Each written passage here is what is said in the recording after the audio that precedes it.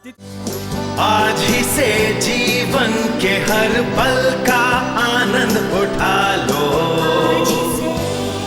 आज ही से मन की एक नई शांति पालो।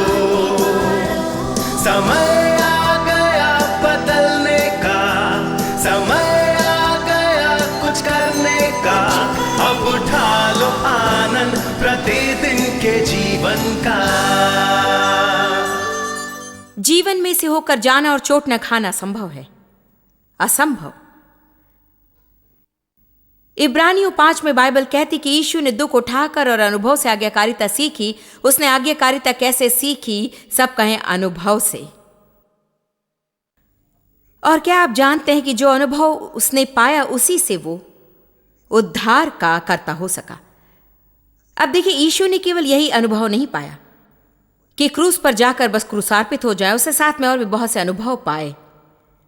उसने अनुभव किया गलत समझना, न्याय, दोषारोपण, पीठ पीछे बोलना, बुरा व्यवहार, ठट्ठा हाँकना, अपने करीबी मित्र द्वारा पकड़वाया जाना। यीशु जिन बातों में से होकर गए उनमें से होकर जाने के विषय आप नहीं सोच सकते हैं।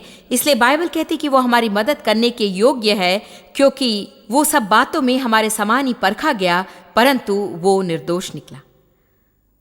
तो जब कभी आपको समझने के लिए मित्र चाहिए, यीशु के साथ मेरे संबंध के विषय एक बात मुझे पसंद है, वो ये कि मैं जानती हूं कि हर समय मुझे समझता है। आमीन। मुझे प्रतीत है कि वो हमारा मार्गदर्शक है।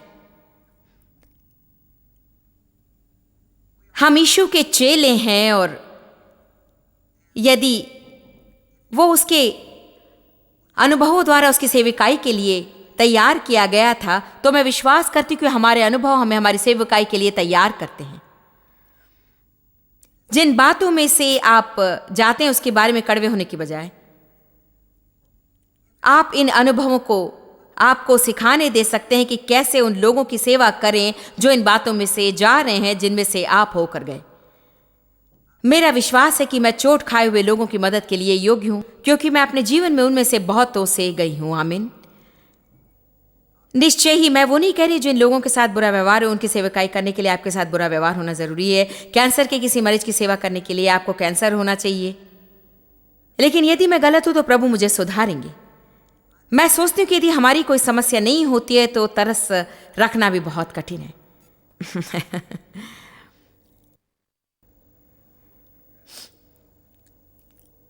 मैं ऐसे किसी व्यक्ति को नहीं जानती हूं जिसे प्रभु उपयोग कर रहे हैं और वो किसी भी आग में से कई बार होकर नहीं गया। बाइबल दूसरे कुरिन्थियों 1:3 और 4 में कहती है, हमारे प्रभु यीशु मसीह के परमेश्वर और पिता का धन्यवाद हो, जो दया, कृपा, करुणा का पिता है और सब प्रकार की शांति का परमेश्वर है। तो जब आपको सांत्वना चाहिए तो मित्र की ओर दौड़ते ना जाए, परमेश्वर के पास जाए। जब हमारी समस्या होती कि आप फोन की ओर दौड़ते हैं, सिंहासन की ओर। अब परमेश्वर कई बार लोगों द्वारा आपको सांत्वना देता है, परंतु यदि हम परमेश्वर को छोड़ मनुष्य की ओर दौड़ते हैं तो उसका अपमान होता है। तो हमें परमेश्वर की ओर जाकर कहना होगा, मैं चाहता हूं कि आप मुझे सांत्वना दें। वो शायद इसे अलौकिक रूप से उंडेल दे, परंतु शायद वो कोई मनुष्य भेजे जो आपको सांत्वना देने के लिए तैयार किया गया हो। परंतु यदि आप सांत्वना पाने के लिए किसी मनुष्य के पास जाएं तो शायद वे आपको सांत्वना देने के लिए तैयार नहीं किए गए हों, तो शायद वे आपको जो चोट पहुंची है उसके ऊपर वे आपको और नुकसान पहुंचाएंगे। क्या आपने कभी अनुभव किया कि आप किसी के पास मदद के लिए गए और जिन बातों में से आप होकर जा रहे उसे वे न समझे और उसे और बुरा कर दिया? देखिए, उन लोगों पर क्रोधित होने में कोई अर्थ नहीं, गलती आपकी थी। आप गलत व्यक्ति की ओर गए थे, उस परमेश्वर के पास आप नहीं गए थे। सब कोई कहे पहले परमेश्वर के पास जाए। हर एक परिस्थिति में पहले परमेश्वर के पास जाए। वचन 4 कहता है, वो हमें सब क्लेशों, परेशानी और सताओं में सांत्वना, सलाह और प्रोत्साहन देता है। तो ऐसी कोई भी परेशानी नहीं जिसके लिए परमेश्वर हमें सांत्वना नहीं दे सकता। ताकि हम भी, ये शब्द महत्वपूर्ण है क्योंकि वो हमें बताते कि परमेश्वर हमें शांति क्यों देते हैं, ताकि हम भी उन लोगों को जो किसी परेशानी या क्लेश में हैं उन्हें वो सांत्वना दे सके जो परमेश्वर हमें देता है। हालेलुया। देखिए, मेरे अध्ययन के वर्षों में मैंने परमेश्वर के वचनों में से कुछ दिलचस्प बात सीखी। आपके पास जो नहीं है उसे आप नहीं दे सकते। यदि आपने कहा होता मुझे एक गिलास पानी दीजिए, तो यदि मेरे पास एक गिलास पानी होता तो मैं उसे आपको दे सकती हूँ। तो यदि आप कह रहे हैं मुझे प्यार दीजिए, मुझे प्यार चाहिए, यदि मुझ में कोई प्यार नहीं, मैं आपको प्यार नहीं दे सकती। इसीलिए रोमी 5:5 कहता है, पवित्र आत्मा के द्वारा परमेश्वर का प्रेम हमारे हृदय में डाला गया है, क्योंकि परमेश्वर ने हमारे लिए निश्चित किया कि हम सब लोगों से बिना शर्त प्रेम रखें। परंतु यदि वो हमें लोगों से प्रेम करने के लिए उसने वो नहीं दिया होता, तो वो हमसे उसकी अपेक्षा नहीं करता। जब तक पहले परमेश्वर हम पर दया न करे, तब तक वो हमसे अपेक्षा नहीं करता कि हम किसी पर दया करें। प्रभु मुझे दया देते हैं, इसलिए मैं दूसरे लोगों पर दयालु हो सकती हूँ। प्रभु मेरे क्लेशों में मुझे सांत्वना देते हैं, इसलिए मैं दूसरों के क्लेशों में उन्हें सांत्वना दे सकती हूँ। हमें याद रखना चाहिए कि प्रभु नहीं चाहता कि हम गोदाम हो जाएं, जमा करने वाले हों। वो चाहता है कि हम स्रोत हो जाएं, कि जो कुछ वो हमें देता है उसके हम एक ऐसे पात्र हो जाएं जो स्वामी के उपयोग के लिए हो, कि जो कुछ वो हमें देता है वो हमारे द्वारा दूसरों तक पहुंच सके। वहीं से आपका आनंद आता है और आप इससे अपने जीवन में निरंतर बहाव रख सकते हैं। आपकी जरूरत है, प्रभु से पूरा करेंगे, आप किसी और तक पहुंचे। आपकी जरूरत है, प्रभु से पूरा करेंगे, आप किसी और तक पहुंचे। मुझे उन लोगों के लिए दुख होता है जो बस लेने वाले हैं, क्योंकि आप सूख जाएंगे और इसके लिए अधिक समय नहीं लगेगा। जब पानी एक जगह जमा हो जाता है, उसका कोई जीवन नहीं रहता, वो स्थिर हो जाता है और बदबूदार होता है और सड़ जाता है। प्रभु जो कुछ हमें देते हैं हम उसे उपयोग कर सकते हैं, गवा सकते हैं। आमीन। उस व्यक्ति के समान जिसके पास इतना था कि वह उसके साथ क्या करता नहीं जानता था, उसने निर्णय किया कि मैं बड़े गोदाम बनाऊंगा। वो अधिक समय तक ना रहा। मैं सोचती हूँ कि बाइबल उसके विषय कितनी अद्भुत बातें कहती है। बस यदि उसने कहा होता, आप जानते हैं निश्चय मुझे मेरी आवश्यकता से अधिक मिला है, मैं बस यहाँ अपने लिए देने का खाता रखूंगा और मैं अपने आपको यहां स्थिर करूंगा, मेरे जीवन में सेवकाई, जहां मैं जाऊं वहां आशीष हो जाएगी। अपना मन स्वयं पर से और अपनी जरूरतों से हटा ले। अपना मन दर्द तकलीफों आपके उससे से हटा ले और दूसरों तक पहुंचना अपना काम बना ले। तब परमेश्वर की आशीष आपके पीछे आएंगे और आप पर छा जाएंगी।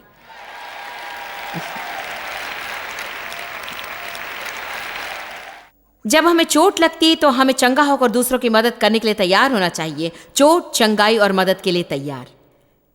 यदि मैं अपने पूरे जीवन भर कड़वी रहती तो शैतान को अच्छा लगता, क्योंकि मेरे पिता के द्वारा मेरा शारीरिक शोषण हुआ था। वो उसे पसंद करता। उसने मेरे साथ जो किया उसके लिए मैं उसका सामना नहीं करती थी। बस मैं खुद को निरंतर चोट पहुंचाती और बस उसके लिए उसका काम करती थी। दूसरों के लिए भलाई करने के द्वारा ही आप शैतान पर विजयी हो सकते हैं। तो जब आपको चोट लगती है, शायद मुझे ये आज 400 बार कहना होगा, लेकिन जब आपको चोट पहुंचती है तब आपका प्रति उत्तर ये होना चाहिए कि दूसरों को आशीष दें। आप जो सोचते हैं उसके बिल्कुल विपरीत, आपको जो लगता है उसके बिल्कुल विपरीत, क्योंकि ये परमेश्वर का वचन है और जो कोई परमेश्वर के वचन के अनुसार करता है वो उन आशीषों को काटेगा जिसके विषय बाइबल हमें बताती है। यदि आपका बच्चा परेशानी में है तो जाकर दूसरे के बच्चों को आशीष दें। यदि आप अविवाहित हैं और विवाह करना चाहते हैं और आपके जीवन में कुछ नहीं बदलता है, किसी और को विवाहित होने के लिए मदद करें।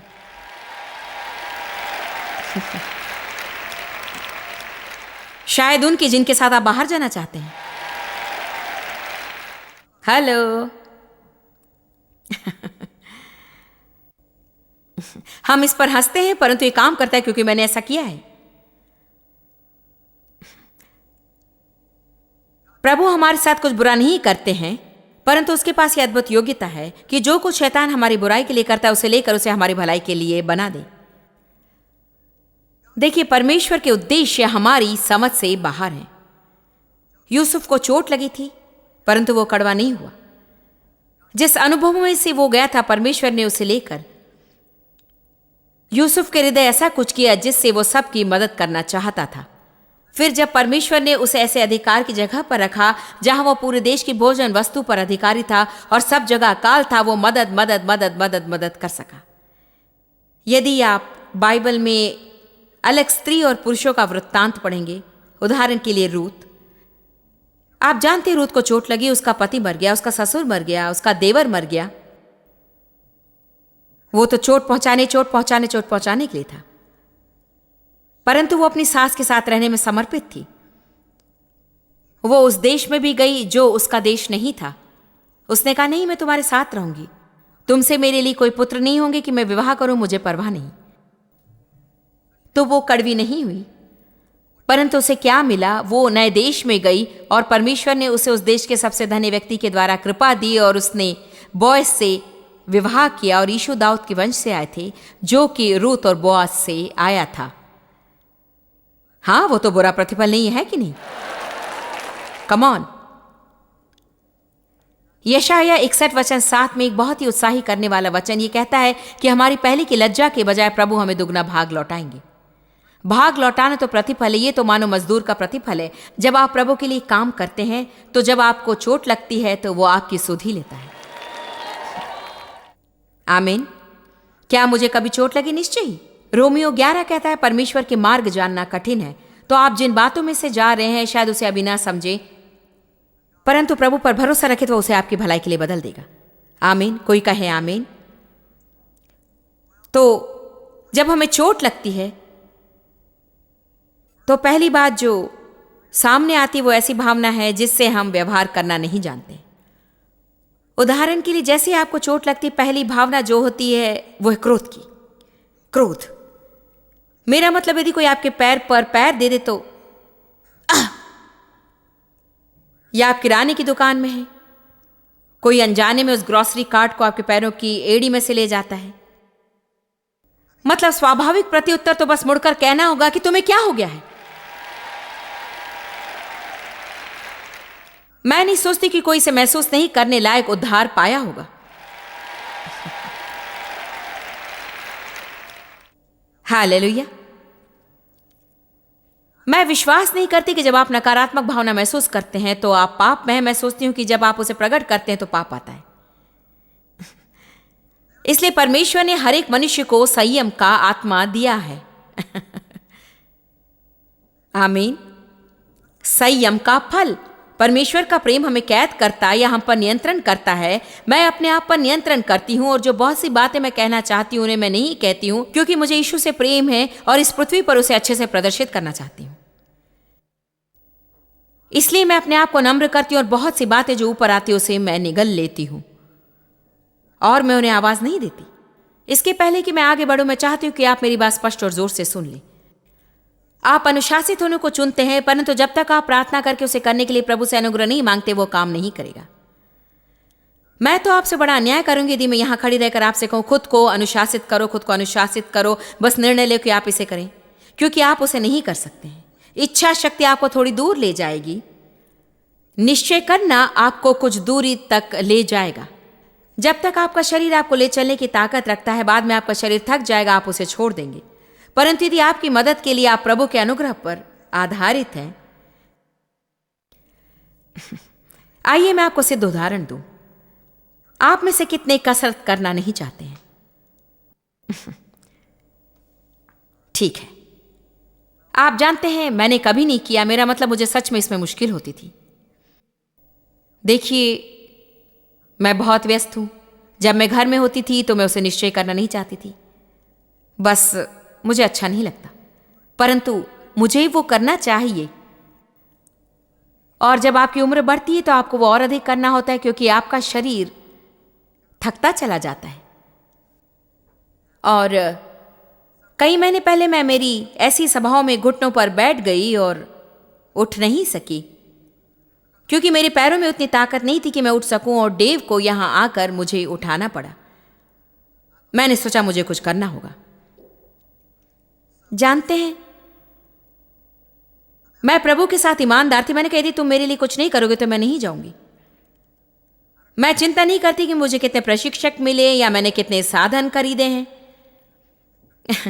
कितने लोगों ने कसरत करने के साधन खरीदे और उसका उपयोग 3 हफ्तों तक किया है। ये तो बड़ा व्यापार है। यदि हम अपने कसरत के सारे साधन निकालकर उसे बेच दें तो मेरे पास बहुत समय तक प्रचार करने के लिए बहुत पैसा होगा।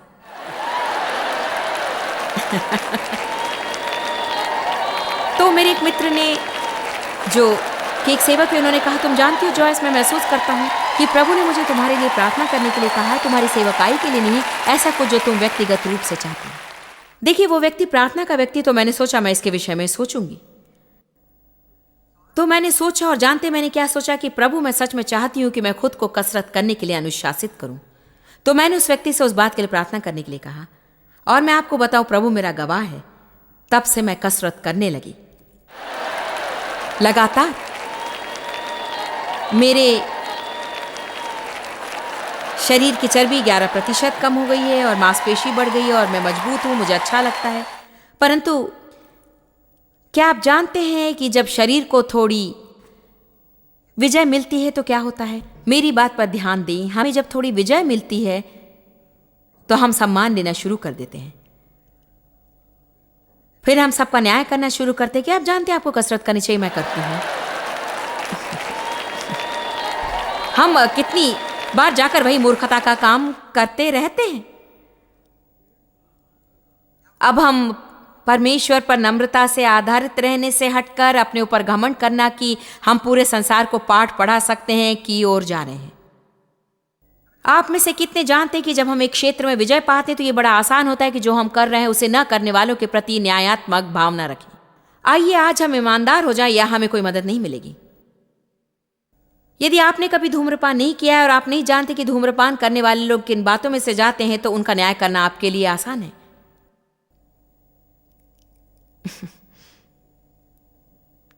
आपके लिए कहना आसान है यदि आपके पास अच्छी पाचन शक्ति नहीं, कि जो कुछ आप खाएं और वजन ना बढ़ाएं तो आपको वह वजन कम करना चाहिए।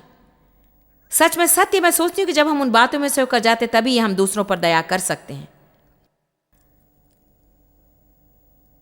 तो हमें अपने आप से भरना नहीं है और बस आप जानते हैं ये सोचें कि सब कुछ मेरे विषय है। ठीक, प्रभु के अनुग्रह द्वारा मैंने अच्छा किया और कार्यक्रम के साथ बनी रही।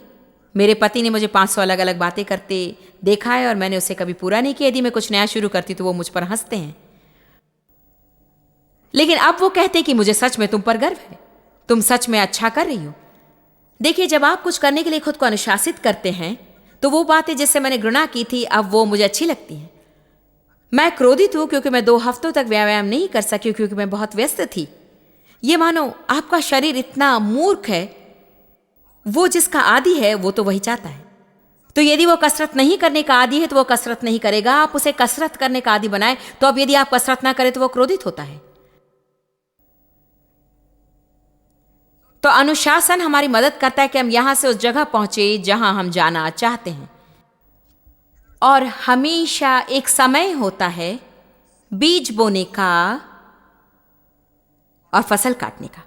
Come on. तो जो बातें आपको करनी चाहिए आप उसे कुछ समय तक करते हैं और उस समय में आप तकलीफों से होकर जाते, क्या मैं कड़वी हो गई हूं? ओ प्रियो, क्या मैं कड़वी हो गई हूं? मैं उन बातों को ज्यादा करने लगी। कितने लोग जानते कि ज्यादा करना क्या होता है? इस तरह की बातें। आउच।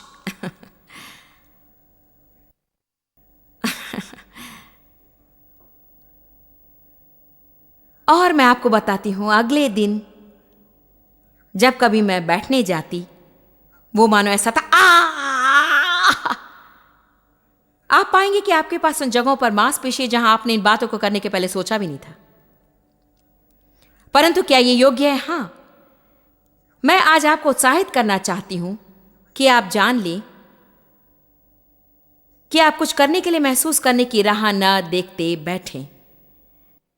आप किसी से प्रेम करना महसूस करने तक राह नहीं देख सकते हैं। प्रेम महसूसीकरण नहीं, ये तो निर्णय है जो आप लेते हैं। प्रेम व्यवहार का तरीका है और आप निर्णय लेते हैं और आप प्रार्थना करते हैं। कहें निर्णय लेते हैं और आधारित रहते हैं। आप एक निर्णय लेते हैं और फिर आप तुरंत प्रभु पर आधारित रहते हैं। क्या आप जानते हैं मैं अभी भी इसे निरंतर करती हूं क्योंकि मैं इस पहाड़ के पास काफी रही हूं। मैं जानती हूं कि यदि आप मैं प्रतिदिन कसरत करने के लिए सम्मान ले लूं फिर मैं उसे करने की योग्यता गवा दूं।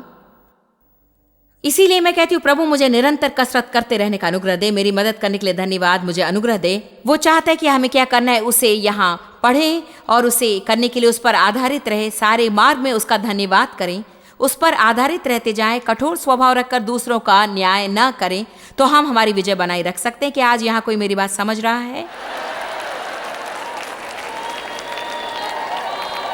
कितने लोग देखते हैं कि क्यों हमें कई बार कुछ समय के लिए विजय मिलती है और फिर हम नहीं जानते कि क्या हुआ और हम उसे खो देते हैं, क्योंकि शरीर सम्मान चाहता है और प्रभु कहता है मैं अपनी महिमा किसी को नहीं दूंगा। कोई भी परमेश्वर की महिमा नहीं ले पाएगा। एक बात जिसने मेरी मदद की वो यह है कि जब मैंने जाना कि भावनाएं कभी नहीं मरेंगी, वे तो हमेशा ही होंगी। मेरे पास नकारात्मक भावनाएं इसलिए मैं पापी नहीं हूं। परमेश्वर चाहते हैं कि मैं उस पर आधारित रहते हुए, आत्मा के फल में काम करते हुए इस पर नियंत्रण करूं। मैं सोचती हूं कि कोई भी खुद को क्रोधित होने से नहीं रोक सकता है, क्योंकि चोट लगने पर आपका पहला प्रत्युत्तर क्रोध होता है। बाइबल कहती है कि हमारा क्रोध शाम तक नहीं रहना चाहिए। दूसरे शब्दों में परमेश्वर इन बातों से निपटने के लिए हमें थोड़ा समय देते और हमें कुछ निर्णय लेकर कहना है कि नहीं, क्रोध नहीं करूंगा, क्योंकि परमेश्वर जो फल मेरे जीवन में चाहता है ये उसे उत्पन्न नहीं करेगा।